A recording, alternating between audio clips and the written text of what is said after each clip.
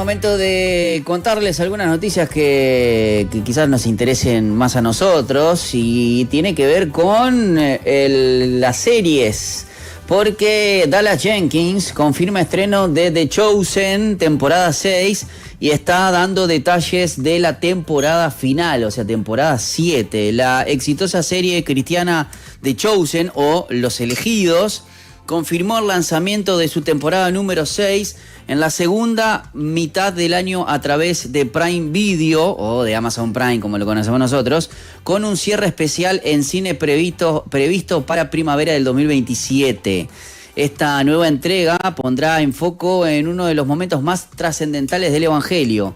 ¿Cuál es? La crucifixión de Jesús. El anuncio fue realizado por su creador y director Dallas Jenkins durante la convención Chosen Con. En vez del Comic Con, ellos tienen ahí una Chosen Con celebrada en Charlotte, Carolina del Norte. El evento reunió durante 3 días a miles de fanáticos que pudieron conocer al elenco, participar en paneles exclusivos y ver adelantos inéditos de los próximos episodios. La temporada 6, que para ellos es la más ambiciosa de todas, dice, según Jenkins, los episodios del 1 al 6 de la temporada 6 debutarán en otoño en Amazon Prime, que vendría a ser nuestra primavera, o sea, será para septiembre, octubre de este año. Mientras que el episodio final llegará en la pantalla grande en la primavera del 2027, reforzando el impacto cinematográfico de la historia. Claro, para otoño o capaz que para Semana Santa del 2027, Semana Santa nuestra. La 6ª temporada es la más grande que hemos hecho sin comparación, expresó el director, destacando que el rodaje, los efectos visuales y las traducciones han requerido entre 2 y 3 veces más de trabajo que las anteriores temporadas. Parte de la producción se realizó en Italia, lo que implicó también un complejo trabajo de postproducción para eliminar elementos modernos del paisaje y recrear con mayor fidelidad el contexto histórico del siglo I. En la temporada 7, que va a ser la crucifixión, ascensión y también parte de los libros de los Hechos, Jenkins también confirmó que esta temporada, la 7, la última de la serie, comenzará a filmarse en menos de 2 meses de este año, ¿no? El equipo ya trabaja con los desafíos técnicos que implican estas escenas claves desde el punto de vista bíblico y visual.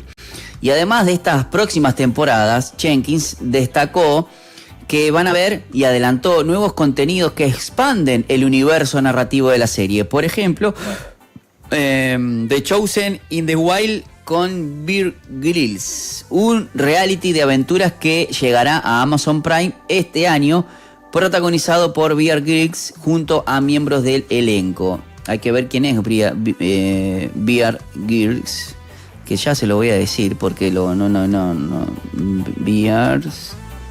¿Qué dice, Pablito? ¿Querés que te corra el auto o no?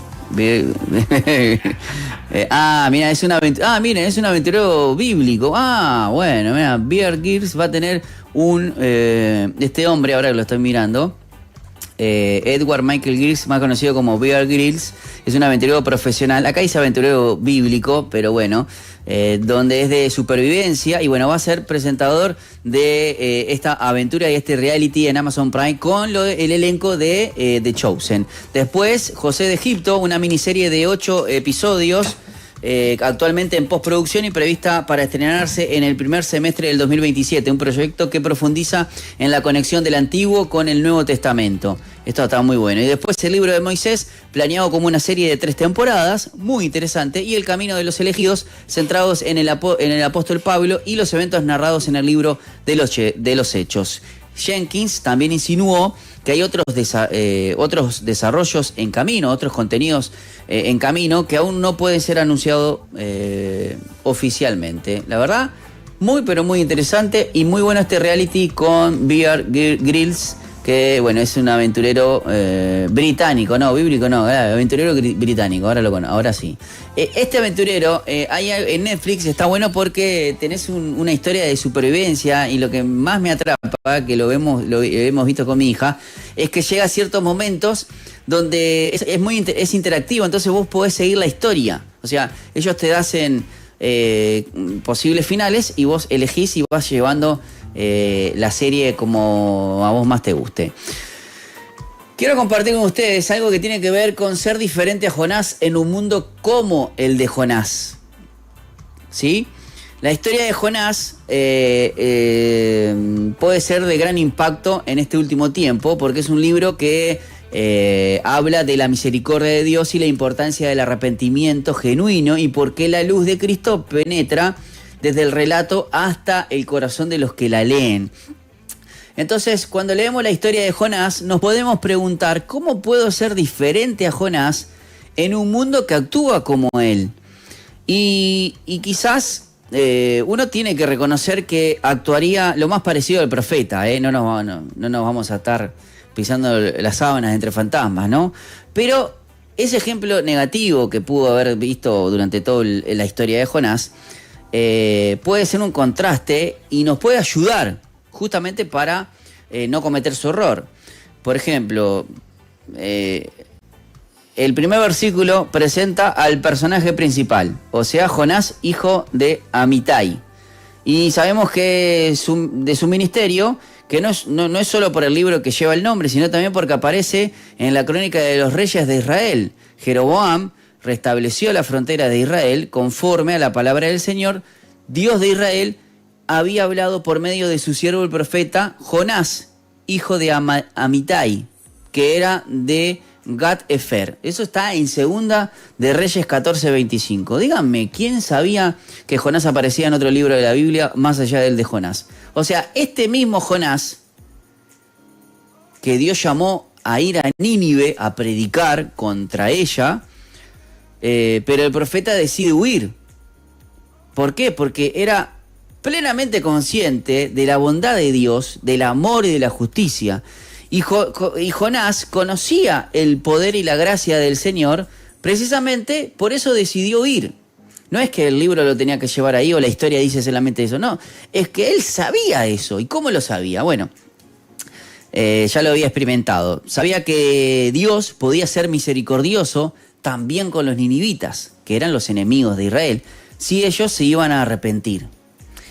Lo que vemos acá en Jonás es un profeta inusual, porque a pesar de haber sido llamado a una misión, y para haber sido llamado a esa misión de dar el mensaje, él se rehúsa y entra en plena rebelión. Todo el mundo habla de que quiere ser profeta, ¿no? Imagínate, y vos imaginate que vos tenés un mensaje y no lo querés dar y querés huir. Y así inicia la historia del libro de Jonás con un trayecto más que nada de descenso, porque Jonás fue bajando, o sea, primero fue a Jope, luego fue a la bodega del barco, después del mar y finalmente en el vientre del pez, no dice de una ballena, ojo, atenti. Pero este descenso físico es un reflejo también de la decadencia espiritual al resistir el llamado de Dios.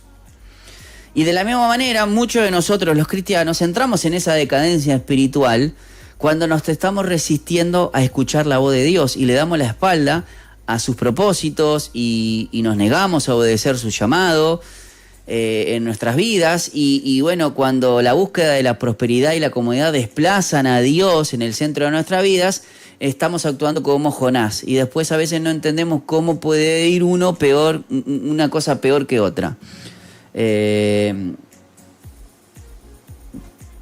Qué interesante esto que nos dice la Biblia de Jonás. En el vientre del pez, Jonás eleva una oración que culmina con esa gran declaración que dice: la salvación es del Señor. Eso es Jonás 2:9.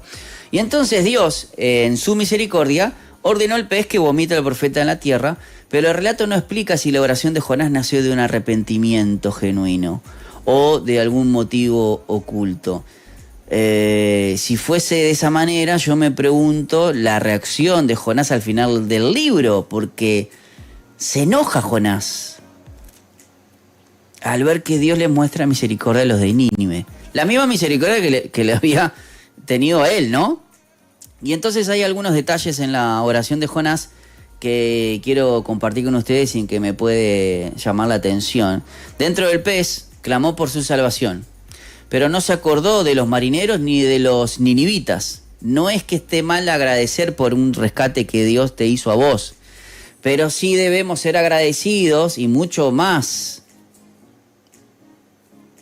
cuando Dios nos rescata a nosotros, porque uno lo puede ver en muchos salmos de la Biblia que lo hacen.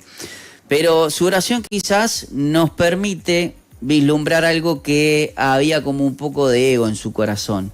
También hay como un tono de queja en sus palabras, porque si bien Jonás reconoce que Dios es el soberano y ha orquestado todo lo que ha sucedido, en Jonás 2:3 dice: pues me habías echado lo profundo, todas tus encrespadas olas y tus ondas pasaron sobre mí. La manera a veces en que oramos también importa. Bueno, Dios, me salvaste de esta. Y la oración, más que agradecimiento, parece más una queja siendo responsable a Dios, ¿no? Por eso también debemos evaluar nuestro corazón al acercarnos a Dios, porque también esas cosas influyen en nuestras palabras. Cuando un corazón no está agradecido, se nota en nuestras palabras. Desde el inicio del libro de Jonás, uno puede percibir como una actitud egoísta al querer hacer las cosas a su manera y huir, por ejemplo, irse de lo que el Señor le pidió. Y esa es la mentalidad que predomina en nuestro mundo actual.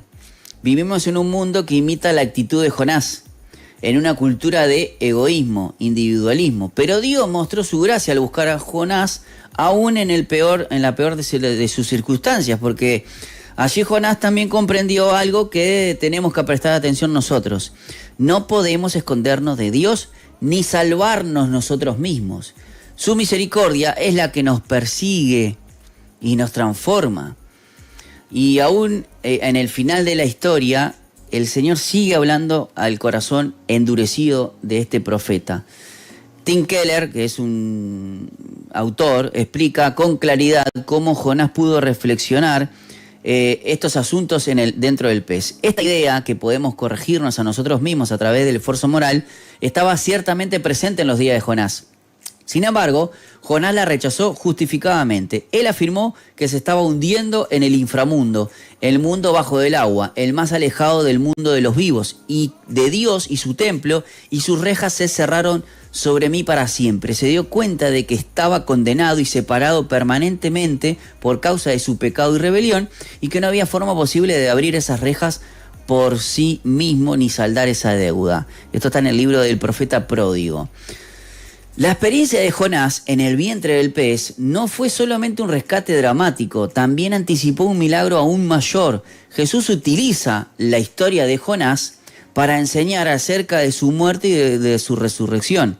Una generación perversa y adúltera demanda señal, y ninguna señal se le dará sino la señal de Jonás el profeta, porque como estuvo Jonás en el vientre del monstruo marino 3 días y 3 noches, así estará el Hijo del Hombre 3 días y 3 noches en el corazón de la tierra. Eso está en Mateo 12:39. Y esta conexión deja claro algo en la historia de Jonás que apunta a la redención y a la resurrección.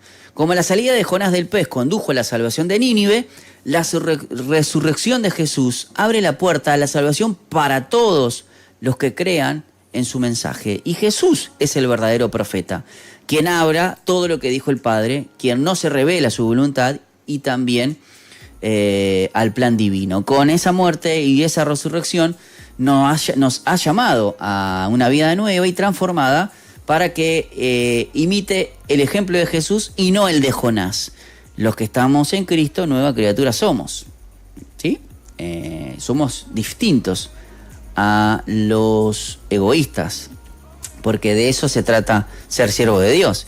Y es una pena ver a Jonás que termina con una actitud similar a cómo empezó. Siguió siendo egoísta.